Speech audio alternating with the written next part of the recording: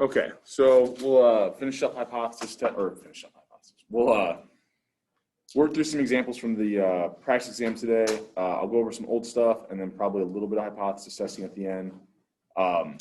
Just to kind of get things out of the, or some stuff about the exam details out of the way.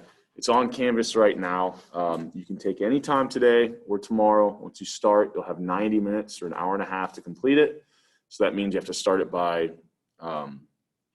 tomorrow at the latest, kind of 10:30, right? That way you have the full, I mean, you can start it later, you just don't have the full hour and a half, right, if you do that. So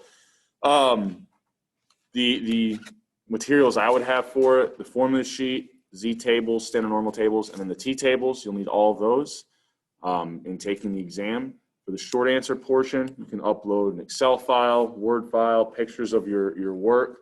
However you do it, show me as much work as possible. I want to be able to give as much partial credit if you get something wrong. If you write down 0.034, you might have just chosen a number, right? You might have no idea how to do the problem, and I can't give a lot of partial credit if that number that you chose is wrong, right? So show me as much work or write out kind of what you did as much as possible on that short answer question. There's like 5 parts to it, I believe. And that way I can give as much partial credit there as possible, okay? There is, kind of like the first one, a bonus question. So it looks like it's out of 104 points. Until the exam is closed and everybody's submitted theirs, it'll look like your grade, I think it'll show you the percent out of 104. So really you've done a little bit better, right? Because it's only going to be scored out of 100. I just can't change that to be out of 100 until after the entire thing is taken, right? The way that Canvas has them, right, you can't kind of have additional points written in there. It always counts it and adds to the total. So I can go in after the fact and change that, all right?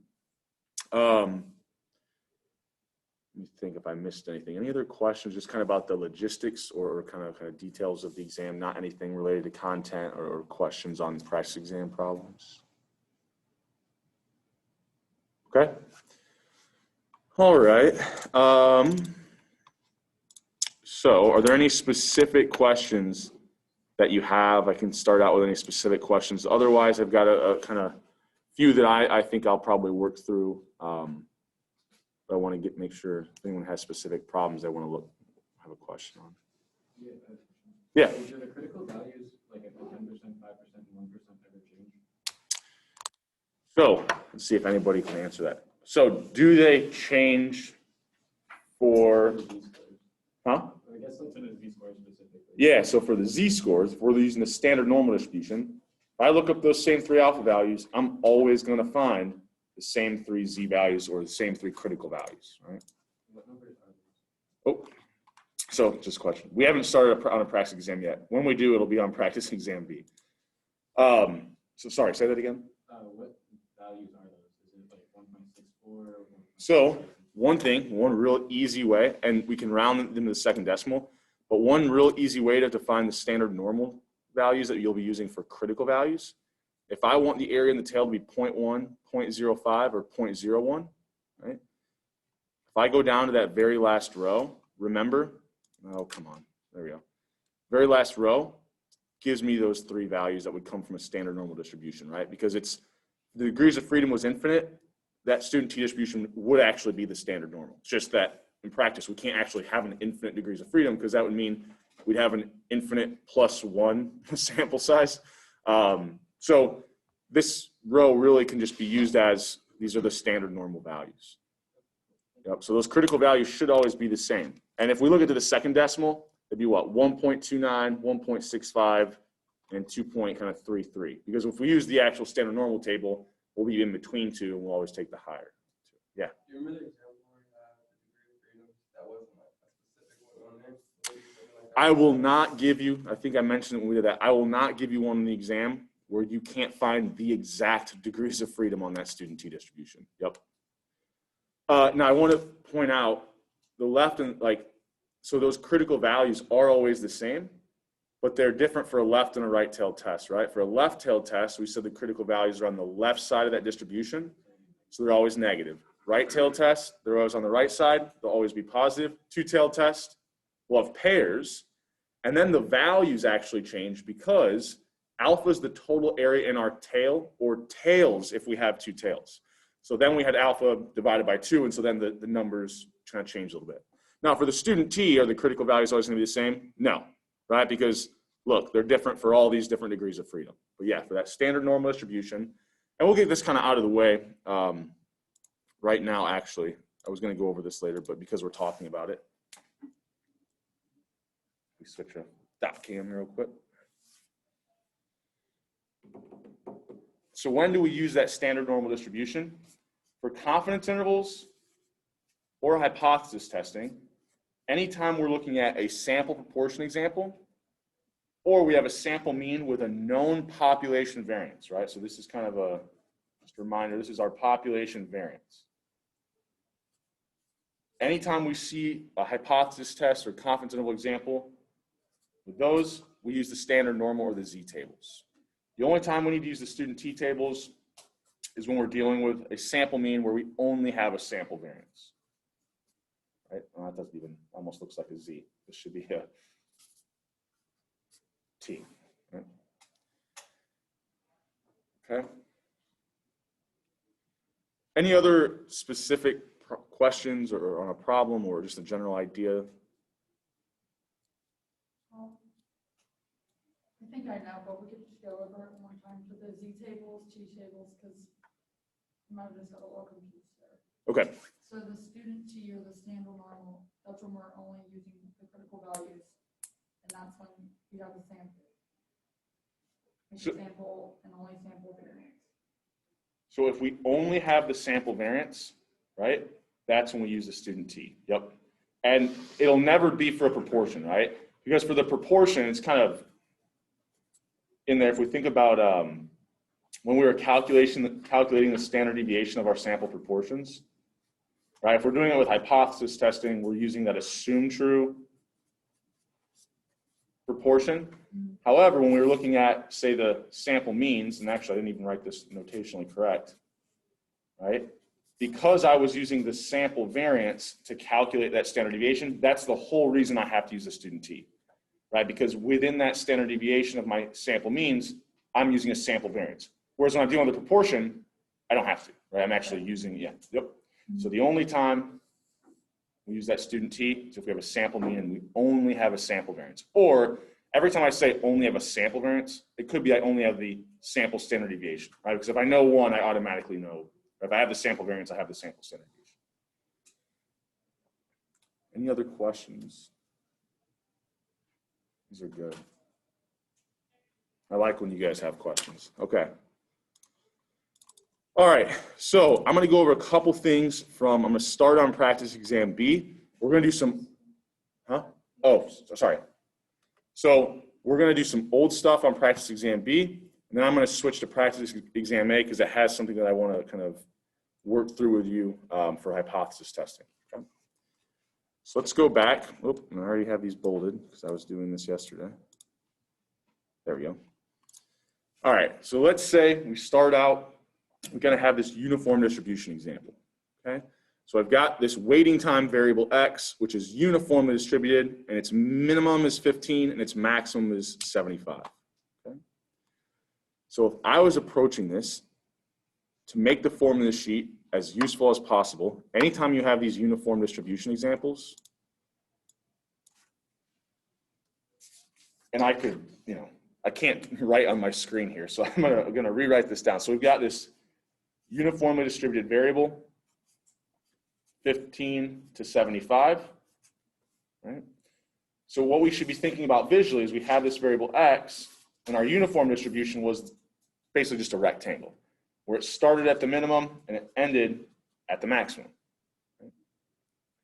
Now what I would do right away, maybe if you write this down, it might help. Remember, our minimum is c, our maximum we kind of notate as d, right? That's the kind of general form of the equations. Right? So you can think about this is my min, this is my max. But there's a reason why kind of writing this down will help kind of clarify things. Okay? So for the very first question, we're asked for the mean, and the second question, we're asked for the variance. So we'll kind of cover them both at the same time. Right?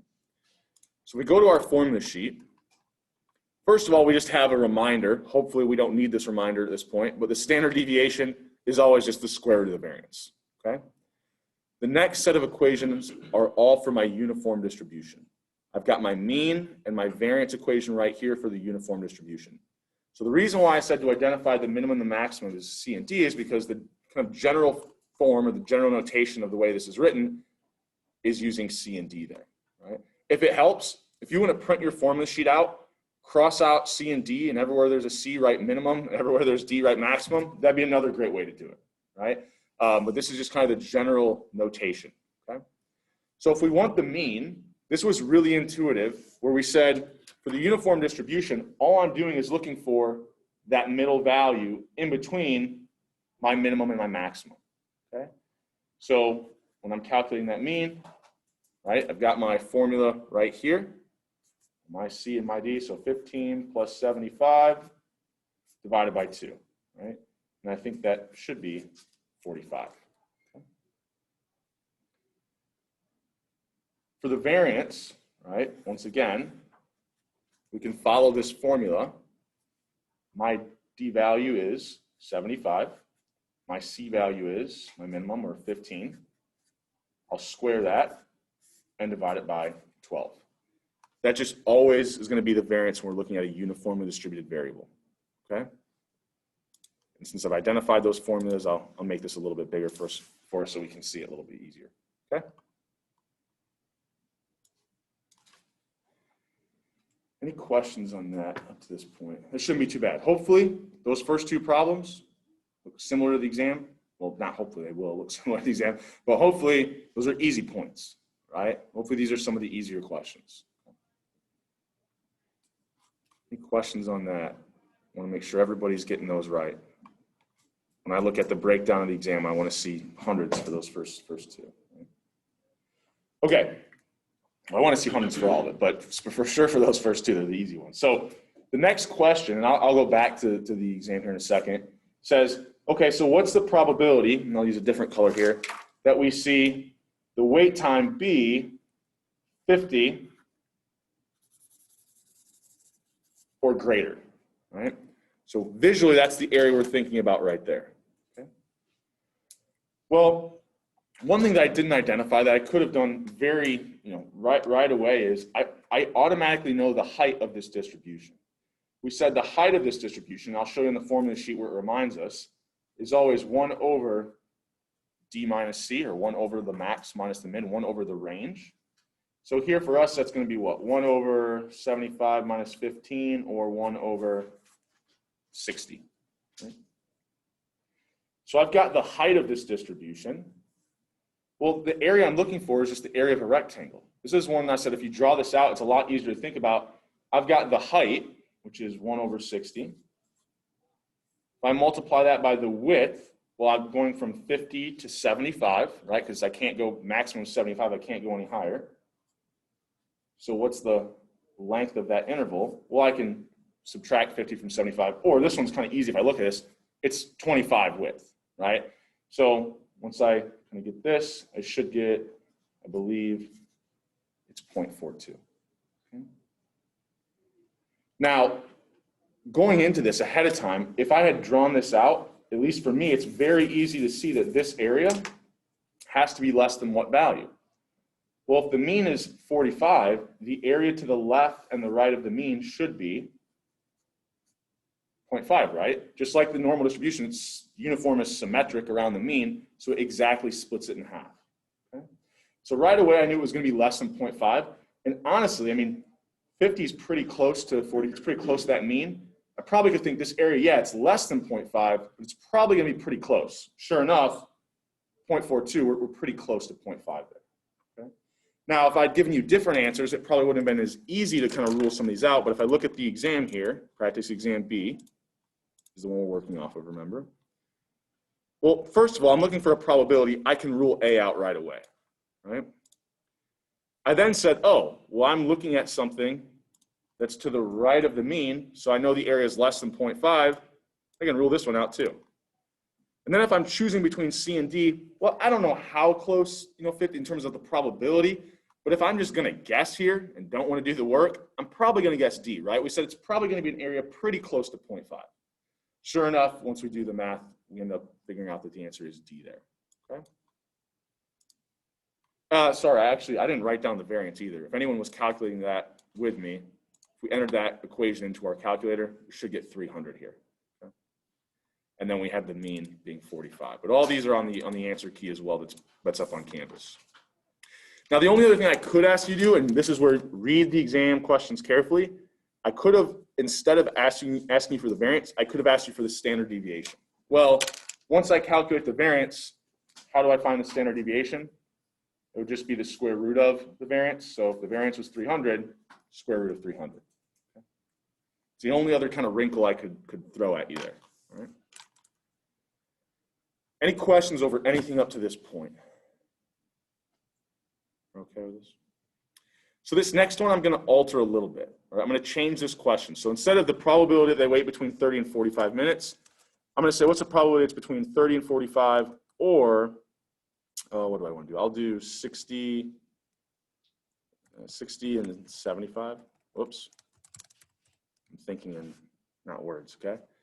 So I'm going to be thinking about what's the probability I'm between 30 and 45 minutes or between 60 and 75 minutes. Okay.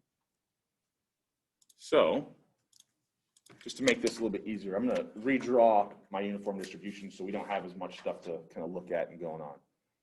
So I've got my uniform distribution, starts at 15, stops at 75.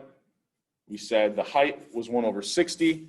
And just before I forget, where that came from on my formula sheet was right here, right? The height of my distribution within that range between the minimum and the maximum, the height is 1 over the maximum minus minimum, 1 over D minus C, right?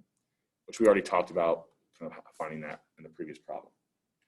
So I now want the probability that I'm in between 30 and 45, or between 60 and 75, okay? So I'm going to approach this the exact same way I did the previous problem. I'm going to find the area of this rectangle. I then can find the area of this rectangle, and because it's am I in this one or this one, I can then just add them together, right? But the reason I want to point something out here is that if I did something like this on the exam, so the height is 1 over 60 here, the length of the interval, 45 minus 30, or 15, right? So I get what, 15 over 60, so 0.25. But here I can save myself some time and work, because if I look at this interval, what's the length of this interval? 15, same thing. So if this area is 0.25, what should this area be? Exact same thing, right? That's just a matter of adding these two together to get kind of what I wanted, right? The probability I'm in this or in this range or in this other range. Okay? So if I do something like that in the exam where I say this or this, and I'm using this with a uniform distribution, it's very likely that I give you two equally sized intervals, and that if you know that principle, it makes it a little bit easier and quicker to solve. Okay? Any other questions on that one? So I think those ones shouldn't be too bad, those uniform distribution ones, as long as you kind of read this carefully and think about this as a uniform and it's not a normal and distributed variable. So we then kind of get to just looking at a normally distributed variable. Like, this is going back quite a ways. So we've got this information about, what is this one? Monthly rent. These numbers probably don't make a lot of sense. I don't know. I'm too far removed from what college rents look like, but $460 kind of being the mean. And then let's say we have a variance of 10,000, but it's a normally distributed variable, okay? What's the probability that if I chose one student at random, their monthly rent is over 600, okay? So, well, actually, before I do that, maybe it's easier so you can see it, and I can kind of build this. I know it's a little bit small, but I think it helps to be able to see the original numbers and kind of how I'm creating this. So what I've got here is a normally distributed variable x. I know it's centered around 460, that mean. What my variance is 10,000, which you don't have to do this right now, but it'll make it kind of easier moving forward. And just to think about this, my standard deviation would just be the square root of that, which would be 100. And I want to know what's the probability that I see rent be 600 or greater, right? Okay. So right away, if I'm looking at these answers, maybe someone can tell me, which of these can I rule out?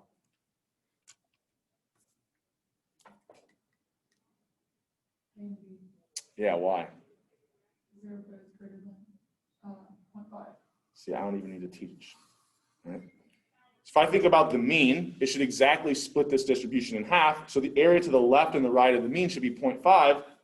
I want an area smaller than that, okay? So automatically, I know it has to be less than 0.5. I can rule out A and B here. And I'll kind of blow this up so we can kind of see what I was doing there, right? Area to the right of the mean is 0.5. I know I want something smaller than that. And once we work through this, you'll see, if you draw this out and remember things like these principles, you can prevent yourself from making a really easy mistake in a question like this. So the next thing I have to ask is, okay, how am I going to find that area, right? Well, if I have a normal distribution, we should know that we can always convert that into a standard normal distribution. And I'll show you in a second where this formula is at in the formula sheet. But we can calculate a z-score by simply taking the value we're interested in, subtracting the mean, and dividing by the standard deviation, right? Now, I've got everything I need already, right? 600 was that value I'm interested in. 460 is that mean. And then my standard deviation, this is where it helps that I already kind of calculated that and thinking about my standard deviation is 100, okay? So if I put this into my calculator, I should get, what, 1.4? Okay. So I'm looking for the area to the right, just remind myself of that. So I'm going to go to that standard normal table. I'm going to look up that, well, I can even write it in here. Z-value of 1.4, so standard normal or my Z-table. 1.40, remember that first column is kind of 0, so if I have like 1.4, it's 1.40. So 0.9192, but remember the table always tells me the area to the left, right? Now here's where if I had drawn this out and thought, okay, I know my answer has to be less than 0.5, think about getting rid of those two. Now, if I forget to subtract it from 1, I'm going to go, wait, what? Like, I know this has to be wrong. I know this can't, oh yeah, I'm looking for the area to the right. So I had one more step, which is I need to subtract the area from the left to the left from 1 to get the area to the right. And then I get that probability is 0.0808, okay? Any questions on that?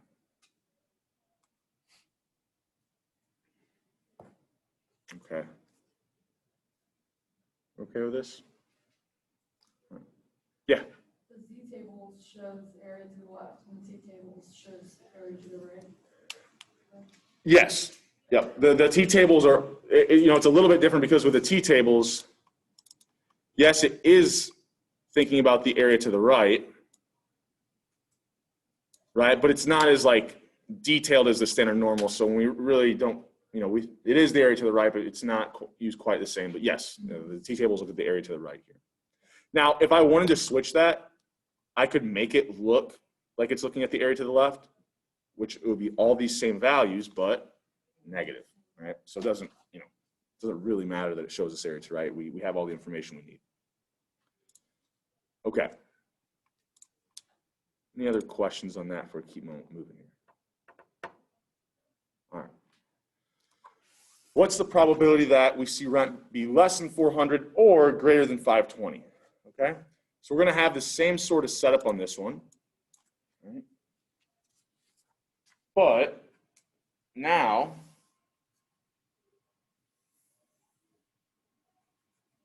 so it's centered around 460. I want to know what's the probability it's less than 400 or greater than 520. So I need to find two areas and add them together. Okay? Now, I already wrote this down for you, but on the formula sheet, if we're just dealing with a normal distribution, right, we can turn it into a z-score by using this formula, right? And that's the one that I'd written down. So let's work through this, right? Oh, also, just a reminder, so we have it on this screen, the standard deviation was 100. Okay? So what I'm going to need to do is turn these two x values into z-scores. Right? Find the area to the left of the lower one, area to the right of the positive one. Now, if I'm going to do this, I'm going to start with the left area to the left because that's the way the table works. It might be a little bit easier. So here's my z-score formula that we used before. Same kind of idea. 400 minus 460 divided by 100, we get negative 0.6. I can look that up in the table. It'll tell me the area to the left. Right? So negative 0.6. Right? So I'm going to go to my z tables. So just keep going up here. Oh, here we go. Negative 0.6. Remember that first column is 0. If I can get up there. There we go.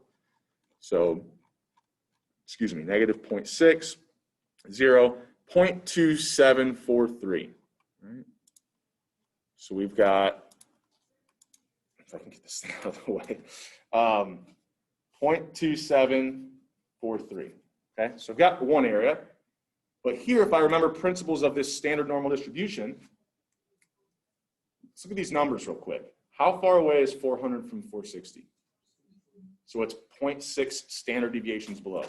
How far away is 460 from 520? 60. So this will have a z-score of what? I don't even have to use the formula.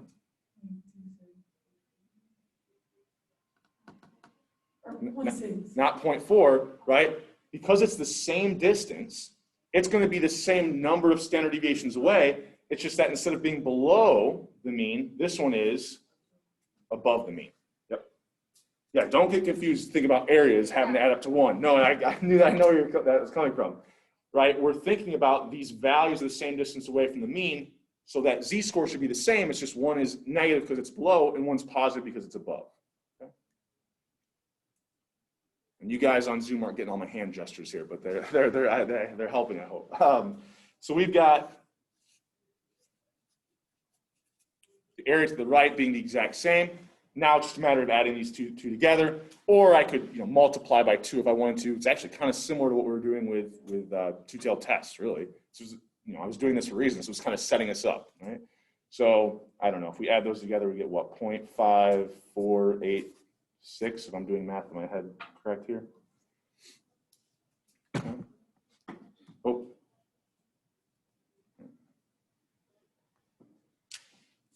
Any questions on that one? And I'll often do things that are kind of helpful like that, like choosing two numbers that are the same distance from the mean.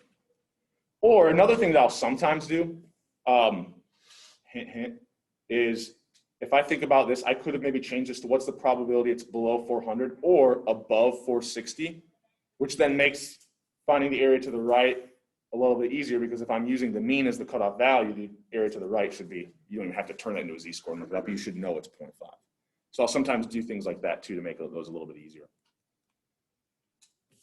Sorry. Right, if I'm thinking about the area to the right of 460, I should know it's 0.5 because that value is the mean.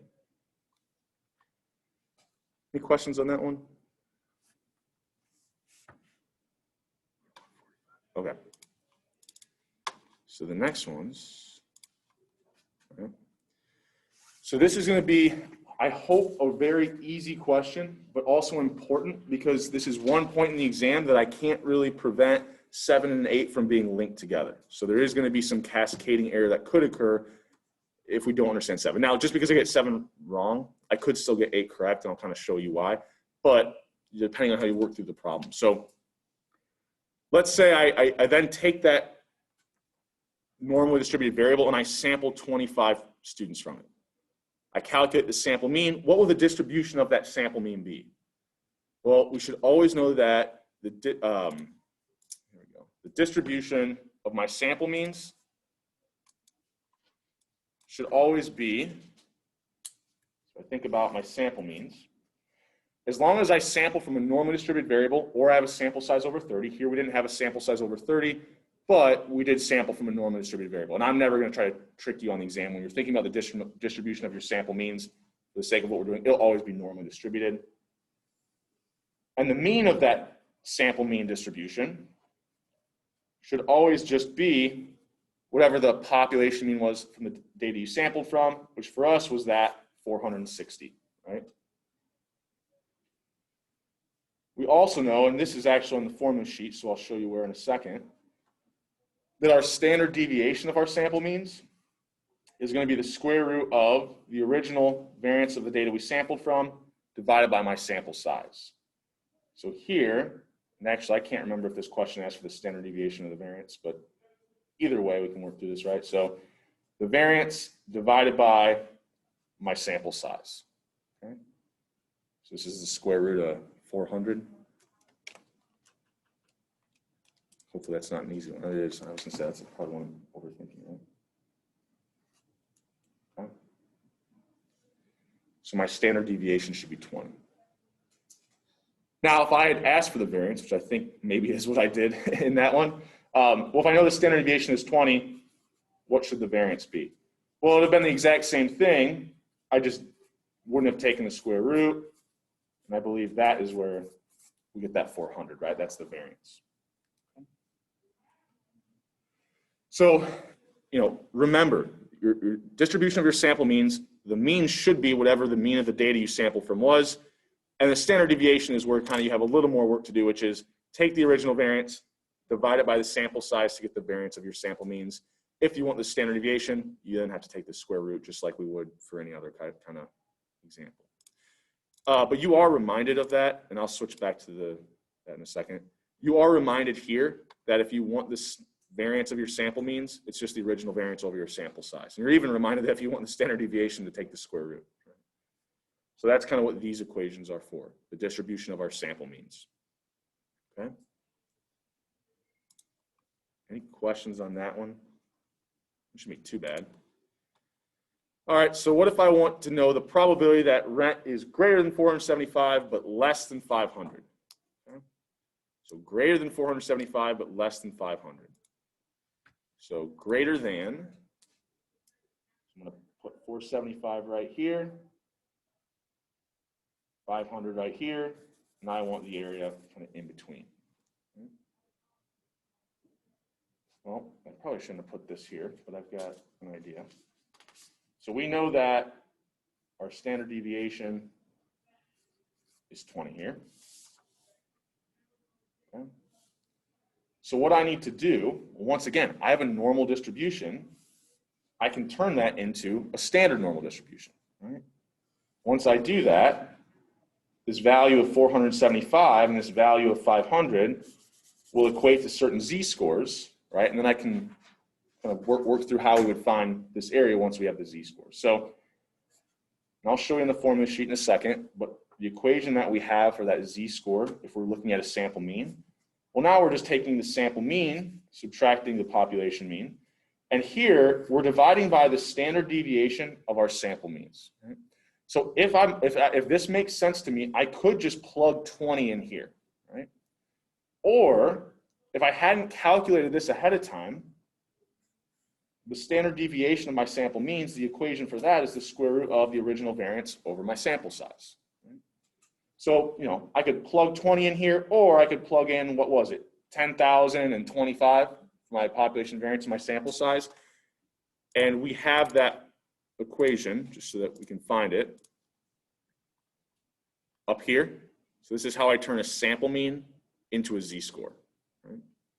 Now notice, this looks very similar to our test statistic equation.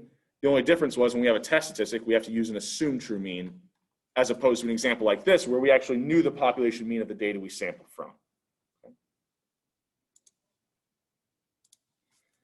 So, what? I'll take the first value, which is 475, subtract that mean, divided by, well, I could plug everything in here, but I already had the standard deviation up here of 20. I should get 0.75 here. Okay. I just kind of did the intermediate step here. I then do the same thing, but for the value of 500. I think this is, so if this one was 15, so this is what? 40 divided by 20, so 2. Okay.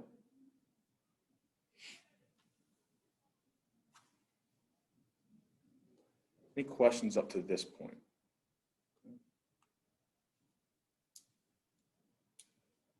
We're good? All right, nothing in the chat. All right, I know this is kind of bleeding through, so I'm going to move this now.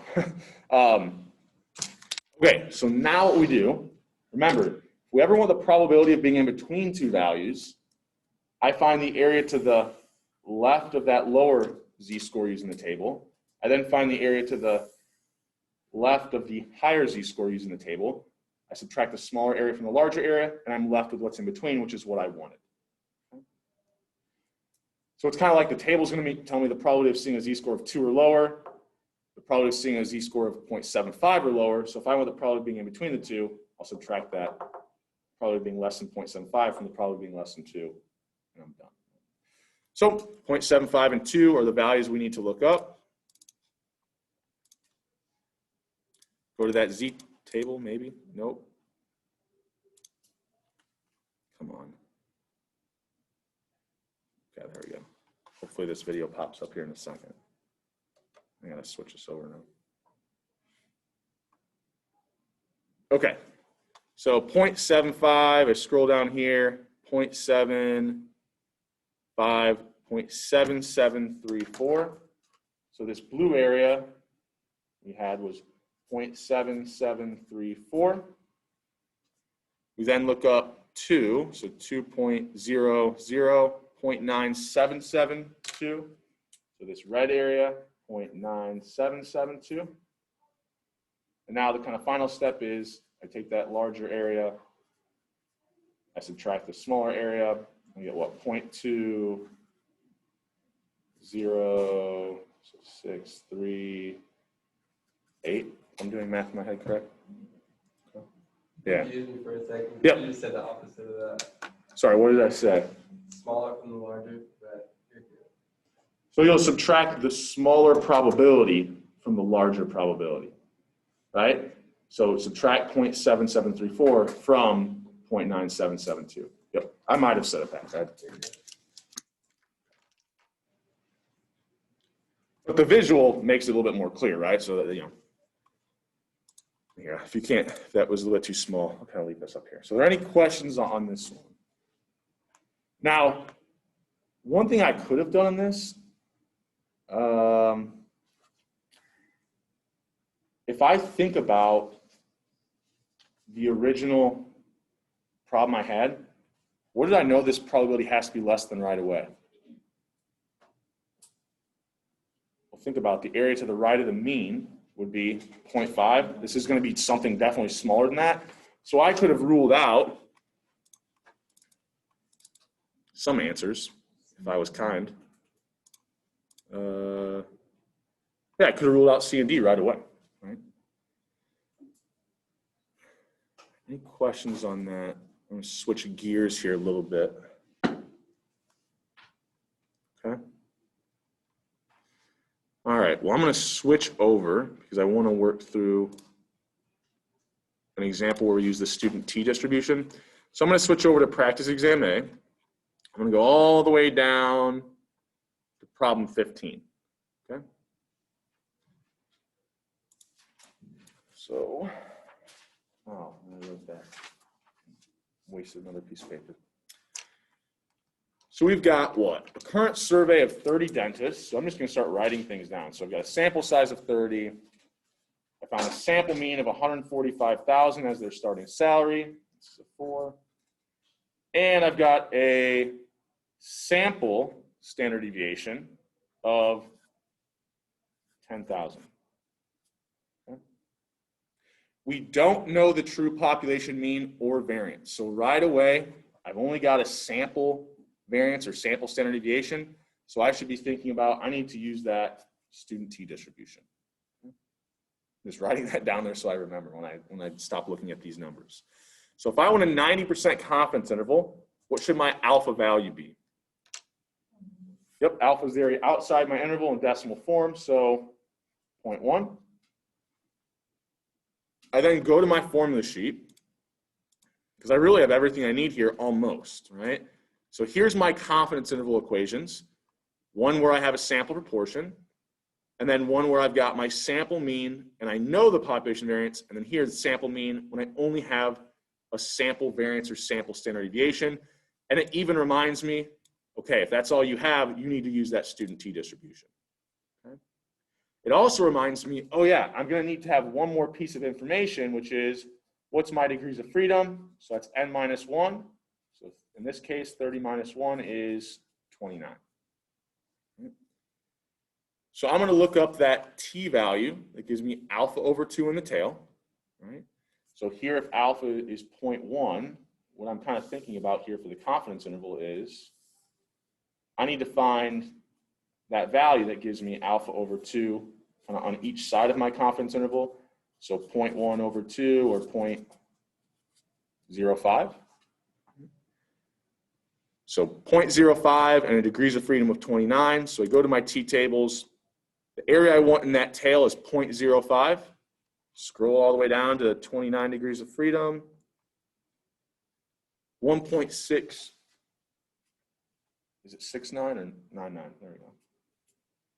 And then remember, for my confidence interval, this gives me the positive value, which if I'm using the student t-table, it's kind of nice because that's what I wanted, right? The positive and the negative, I can almost think about it, are already built in to my equation, where if I add that margin of error, I get my upper bound. If I subtract it, I get the lower bound. Okay? Now at this point, it's just a matter of plugging my values in, right? My sample mean is 145,000. That z value is 1.699. Remember, this represents the standard deviation of my sample means, but I can plug in what my variance was 10,000, and my sample size was 30. Okay. So what did I do wrong here? What was I originally given? I was given my standard deviation. What's in the confidence interval equation here? My variance. So I don't need to have 10,000 in here. I need to put in 10,000 squared, right? Because all I have is S. All I have is that standard deviation. To get S squared or to get the variance, well, I just square my standard deviation to get my variance. So if I only am given a standard deviation, remember, I'm going to just plug in S there so I still have that squared component right here. Okay? Any questions on that? So if I add, I'll get my upper bound. If I subtract, I'll get my lower bound. Now, one thing I want to point out in these confidence interval problems, I don't want you to waste additional time kind of solving for both. Because if we look at the answers, we're on practice exam A now. Notice none of the lower bounds are the same. So once I find the lower bound, I already know what the answer is because there's no two answers that are going to have the same lower bound. And that's how I'll write the exams as well, right? So you're only really going to have to calculate one of them just for the sake of time, right? And I can't remember what this one works out to be here. I'll do it real quick for you.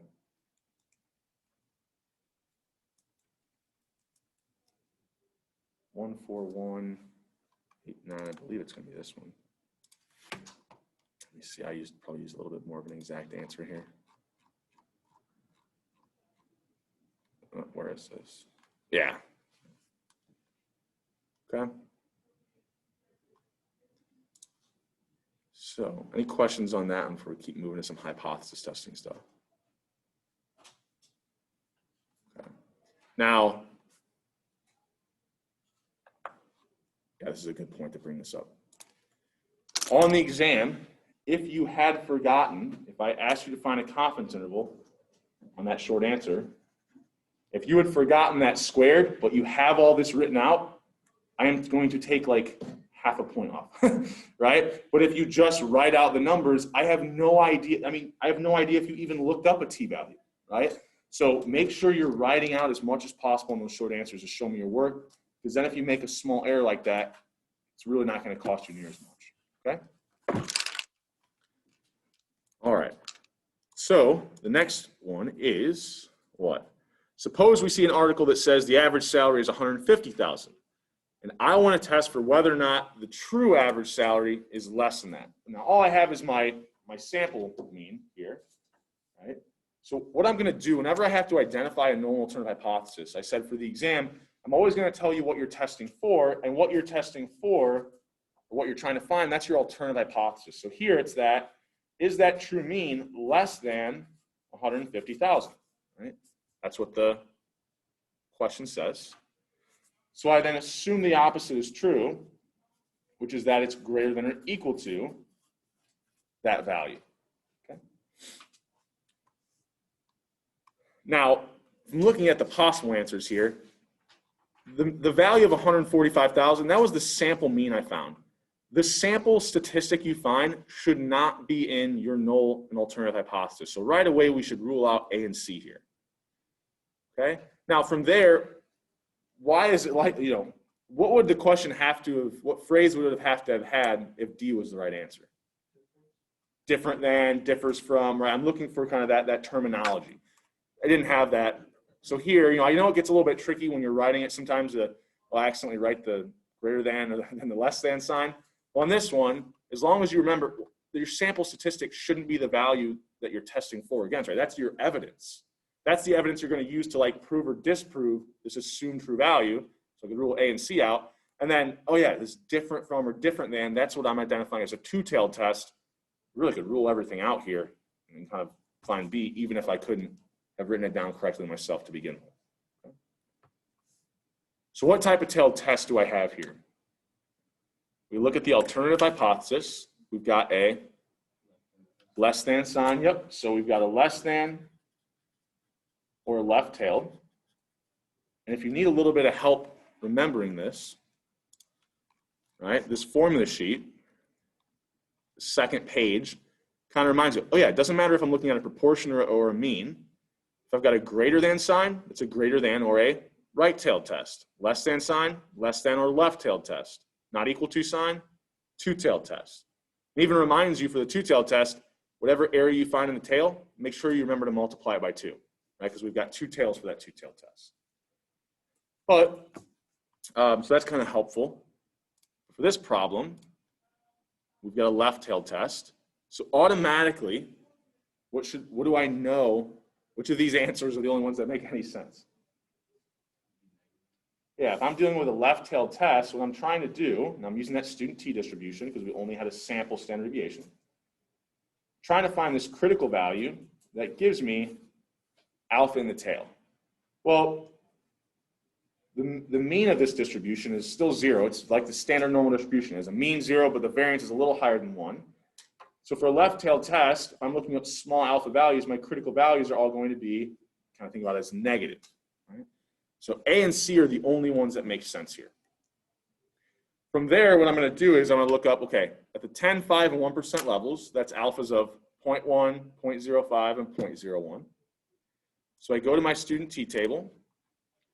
I scroll up here. Okay, the areas I want in the tail are 0.1, 0.05, and 0.01. So these 3 columns. I then scroll down to my degrees of freedom. I'm going to have to move this over here, I guess. So 29 was my degrees of freedom, right? We're still working with those same values. And this is how this is how I write the exam as well. Maybe I ask you a question to find a confidence interval and you just keep using that information for the next one. That way it doesn't, you're not starting from scratch every single time. So degrees of freedom 29, 1.311, 1.699, and 2.462. Those are going to be my 3 critical values. However, we already said what has to be true about these critical values. They should be negative. Well, the student t-table, remember, only ever looks at the right side. Well, we said it doesn't matter because it gives us the right values. We just have to remember that if I'm looking at the left side of the distribution, it'd be all of these numbers but negative, right? So 1.311, 1.699, 2.462, but negative, right? So C there would be the correct answer. Okay. Any questions on that? Okay. Now I'm going to set us up for potentially if this was like a short answer question, or we have a future question about whether or not we can reject or fail to reject. Just going to draw this out real quick for us. So we had what? So we've got 3 values. Okay. So this is what? Just so I get the numbers right. Now I'll switch over so you guys can see this a little bit better, but I want to make sure I get these to line up with the problem. Okay. So I've got my 3 critical values. Now I can think about my rejection region for this left-tailed test is the areas to the left. This corresponded to the 1%, 5%, and 10% significance levels. Okay. So if I'm making a rejection decision, what's the next piece of information I need? I got my rejection regions kind of set up. Well, what am I testing to see, if I'm rejecting, it's because what is in this rejection region? My test statistic or my t statistic, because I'm using the student t distribution. So that's probably going to be the next question. Right? So I need to calculate my test statistic. I go to my formula sheet. I go up here. Here's my 3 test statistic equations. One, when I know the population variance. Here, when I'm dealing with a proportion, they kind of remind me, oh yeah, those are going to be test statistics coming from the standard normal or the Z tables. And then one, like the one we're working on, where I only have a sample variance or a sample standard deviation. So I'm looking at a student t distribution or a t statistic, right? The test statistic coming from the student t distribution. So really at this point, it's just a matter of plugging our values in, right? We had a sample mean of 145,000, assumed true mean of 150,000, the variance, well, we weren't given the variance, we had the standard deviation, so we plugged 10,000 in for S, and then the sample size was 30. So I've got my critical values up here, but what I could think about, what I had just found, to kind of make this a little bit easier, when I was looking at that sample mean distribution, it should have been centered, or the value I assumed it was centered around was 150,000. I found a sample mean of 145,000. So really what I'm trying to do is I'm trying to convert this value into a t-value, right? The test statistic is you're just converting it into whatever distribution you're using, in this case, a student t. Well, if I just look at this right away, what do I know has to be true about the sign of my test statistic? I found a sample mean that was below what I assumed to be true. So this test statistic, it's a Z or a t-value, it still is telling me the number of standard deviations away, not from the mean, but from the assumed true mean. So if I'm below that assumed true mean, my test statistic should be negative. So I can rule out anything that's not negative, which in this case is C and D. Right? Now, if I'm looking at this and I have to choose between A and B, hopefully if we've been keeping up to date and been paying attention and been watching me work through these examples, which of these is a more likely test statistic?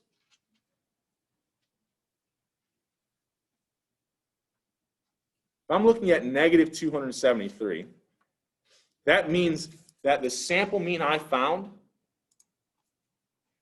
would be 273 standard deviations away from the, I mean, it's 5,000 away, but I mean, that's a ton of, it seems unreasonable. It's theoretically possible, but it seems very, especially when I only have a sample size of 30, it's not like my sample size is that great either. So if I'm going to guess, I'm probably going to guess A here, right? But we don't have to guess. I mean, like I said, we had all the piece of information for that formula that we needed. And I'm not going to write this one out because it's really just a matter of just plugging those values in. Kind of the only catch here was probably the mistake that could be made is you forgot to square that standard deviation, right? Because that's all we weren't given the variance, we were given the sample standard deviation. Okay? Now, once again, if you had written this out and you'd written out all these numbers here and you forgot to square the 10,000, yeah, you might get negative 270. Actually, no, if I didn't square it, that would make it smaller. Yeah, you might end up with that. But if you had written it all out, I could see that you just made that simple mistake and I still would have only taken off like half a point. Okay. All right, so we've got our test statistic of negative 2.74. If I wanted to make a rejection decision at this point, where was negative 2.74? Over here. So I would reject at every single level. It's in my rejection region at the 10, 5, and 1% level. Okay? So this is how you would do it if this was like a short answer question. But here, they're multiple choice. So if I do this on the exam in a similar way, well, if you get the wrong test statistic, oops, sorry, then you're definitely going to make the wrong rejection decision. So I give you an assumed true test statistic. Right? I say assume that the test statistic was negative 1.5. But at that point, it's really the same thing. I've got my critical values, right? I've got my test statistic of negative 1.5. If I plot that, oh yeah, well that's in the rejection region at the 10% level, but not at the 1 or the 5. So with that assumed true test statistic, I'm only going to be rejecting at the 10% level. And like I said, on the exam, it's very clear. It says, assume the test statistic that you found was this instead. And whatever value I'm giving you here, right, don't read into it and try to go back to the previous problem and try to pick the one closest, because that's not necessarily a guarantee. I'm choosing these usually for a variety of reasons other than they're close to what the real test statistic is, okay? In fact, I'm often choosing them because they aren't like what the true, so don't read into them at all.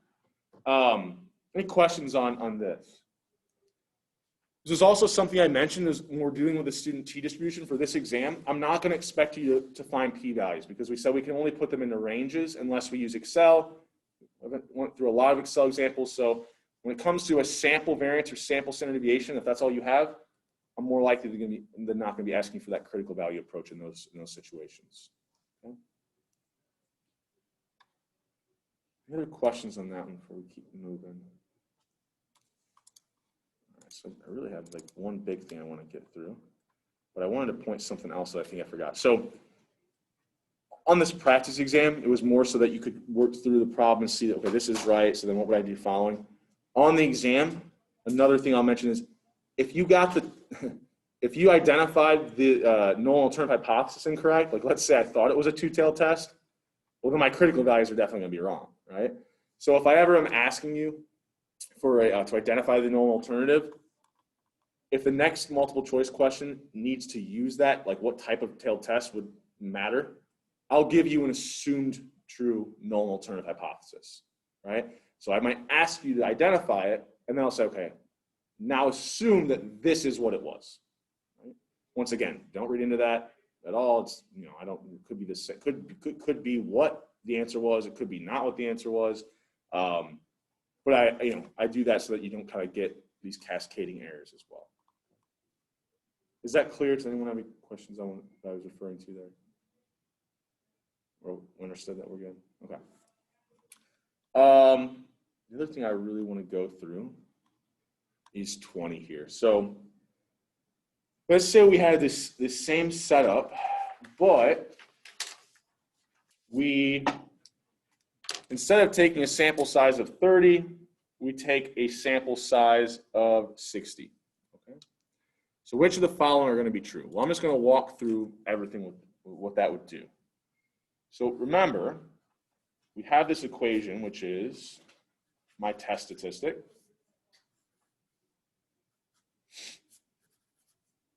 And that denominator represents the standard deviation of my sample means. So what's going to happen if I take a larger sample?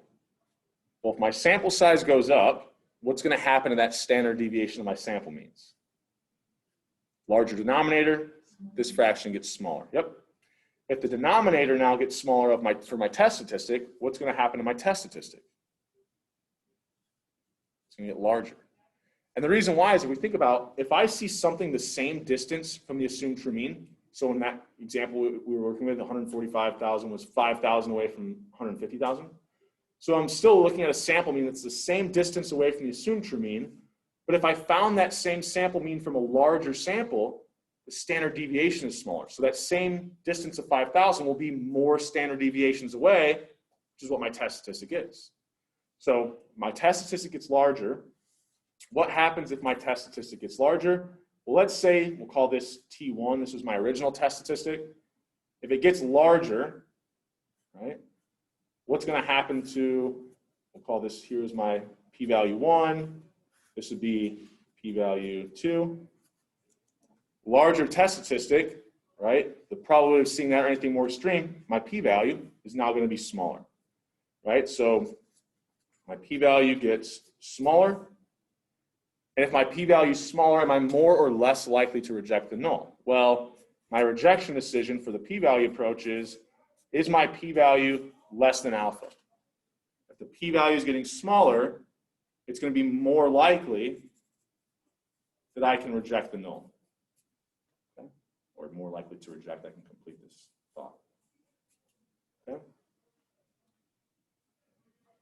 Any questions on that? And I could definitely ask you a question kind of like this on the exam. Okay. All right. So we've got everything kind of laid out here. So the new test statistic will be smaller. No. New p-value will be larger. No, we said it's going to be smaller. We'd be more likely to reject. Okay, that was one of the things that we said. Okay. Any questions on that? I know this is kind of tough. Yeah. I have a question. Yep. But I don't know what. What it is? No. Yeah, I'm a little confused. Okay. When the p-value gets smaller, it's more likely to get rejected? So think about it this way. So this is my rejection decision, right? When my p-value is less than alpha. So let's say alpha is 0.05. If my p-value, maybe my p-value before was like 0.3. But when I take a larger sample size, that p-value starts to fall and get closer to being less than 0.05, right? So if my p-value is getting smaller, it's more likely that it's going to then become less than whatever this alpha is that I set. Right? So think about the p-value might have initially been we'll say it's 0.13. But after I take a larger sample, maybe now it's only 0.04. So I went from not being able to reject to now being able to reject, right? Because that p-value is getting smaller. Is that? Yeah. Okay. I thought myself. You can also think about it this way.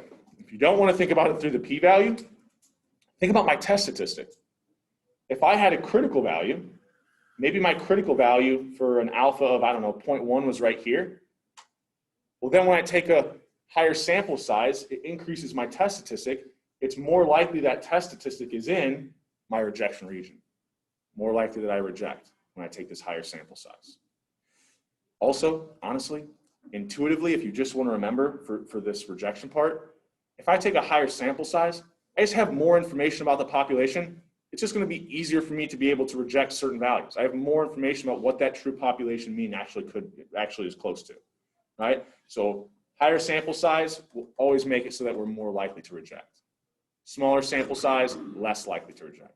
I'm just kind of walking through to make all the, what the actual mechanisms are that lead us to that point.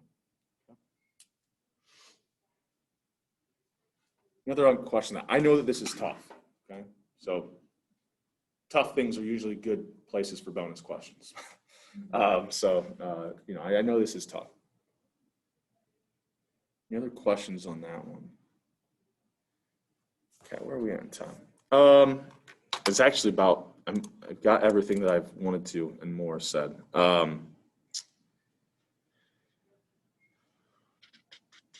Okay. So this one should be an easy one because I kind of already talked about it, but we'll walk through this last one.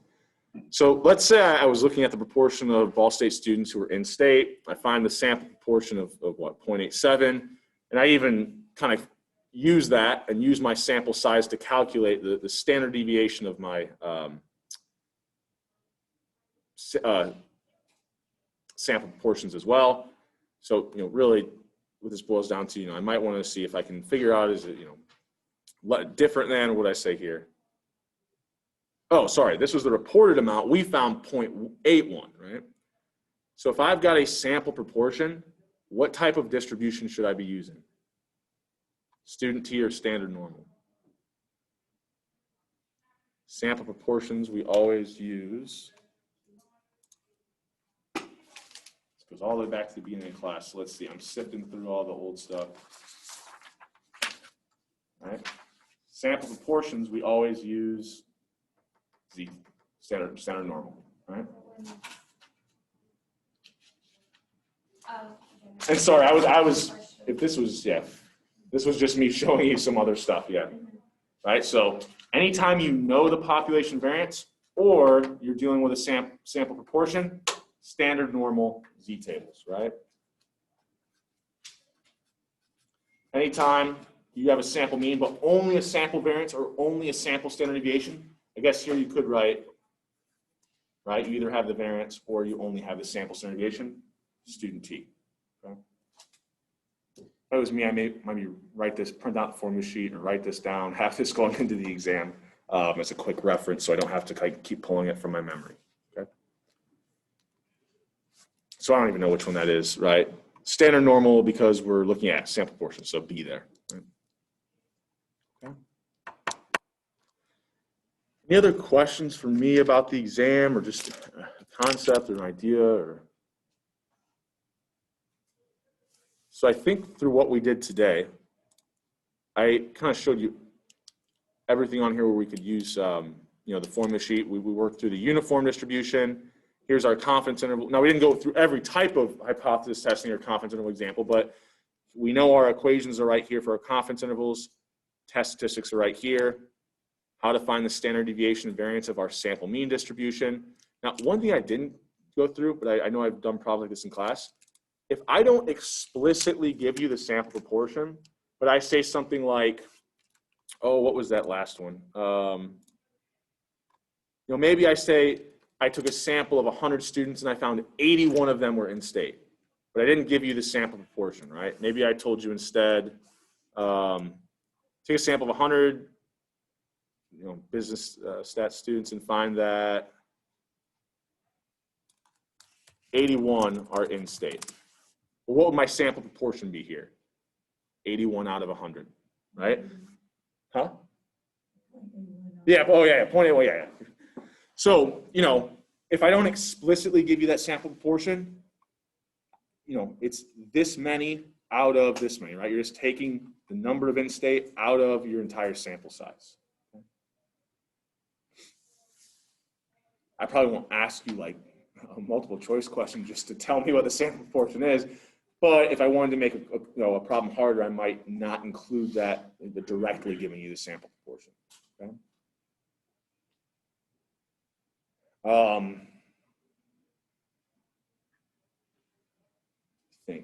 Any other questions for me? I'm trying to think of any last minute things I can give advice on. I would read questions carefully, especially when it's asking for variances or standard deviations. Make sure, it matches up with the question, right? Because there always is that additional step to find the standard deviation of taking the square root. I would really read, carefully the problems to make sure, and you will be able to identify with a word whether or not you have a sample or a population variance or standard deviation when it comes to hypothesis testing and confidence intervals. And once you see that word sample standard deviation or sample variance, student t-distribution. You see I've got a population variance or a population standard deviation, standard normal distribution, right? As soon as you see that in the problem, think, okay, these next couple questions, right? Show as much work as possible in the short answer for partial credit. And other than that, I think we should be good to go. I definitely won't have these graded when we meet in class Thursday, but I should have them when we meet the following Tuesday. So I'll let you know ahead of time. This exam, usually the grades are not as good as the first. So there's sometimes a little curve that I might put on it. So don't freak out too much if the grade is a little bit lower than maybe your first one. Also, when you see that raw score, remember there's still 28 points from the short answer that I have to grade and potentially add in there. And because I'm able to give partial credit there, hopefully most of you will actually end up, if you didn't do as well in the multiple choice, I can give more partial credit. So the percent of the points you get from the short answer is probably gonna be a little higher. So just don't freak out too much until I get them all graded. And we meet on Tuesday and I'll talk a little bit more about it, okay? Any questions from me? All right, well, good luck. If you do have any last minute questions today or tomorrow, feel free to email me and I will get back to you as soon as possible, okay?